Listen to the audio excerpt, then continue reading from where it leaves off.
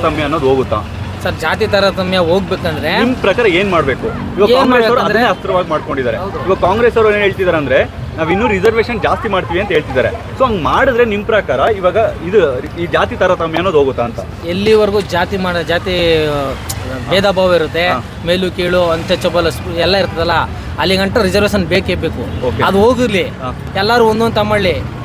ಈಗ ಸಾಪಂದಿ ಭೋಜನ ಎಲ್ಲಾ ತರ ಫ್ರೆಂಡ್ಸ್ ಅಲ್ಲಿ ಈಗ ಮ್ಯಾರೇಜ್ ಒಂದು ಬಾಕಿ ಇದೆ.